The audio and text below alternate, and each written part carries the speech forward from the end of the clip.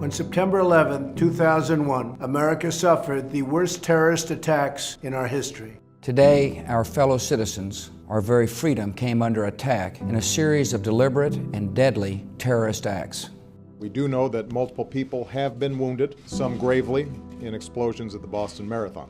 Once again, we've seen an outrageous attempt to terrorize innocent civilians. This is an attack not just on Paris, it's an attack not just on the people of France, but this is an attack on all of humanity and the universal values that we share.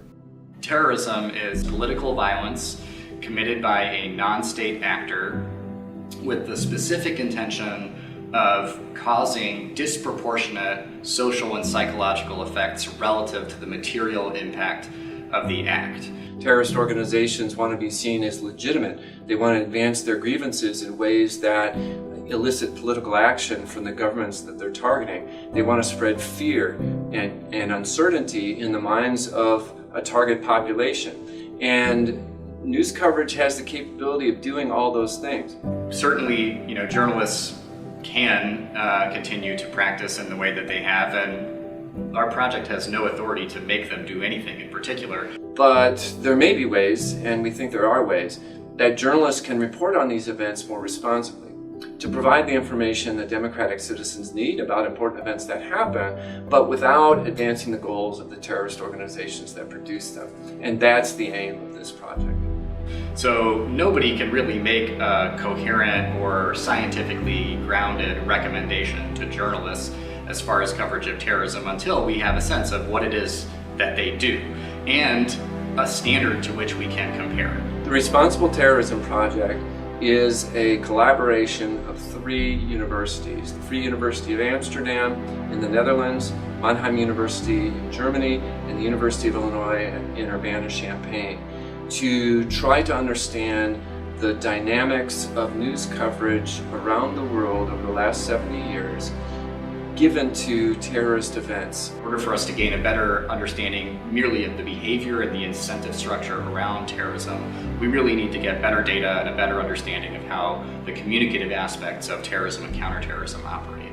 We'll be collecting this data and using machine learning algorithms, a combination of them, to first look for topics in the news articles, and then in combination with the event data, match that up and look for trends. We're looking at historical newspaper coverage, for example, the New York Times from 1945 to 2005. We're looking at translated broadcast news coverage from around the world over the last several decades.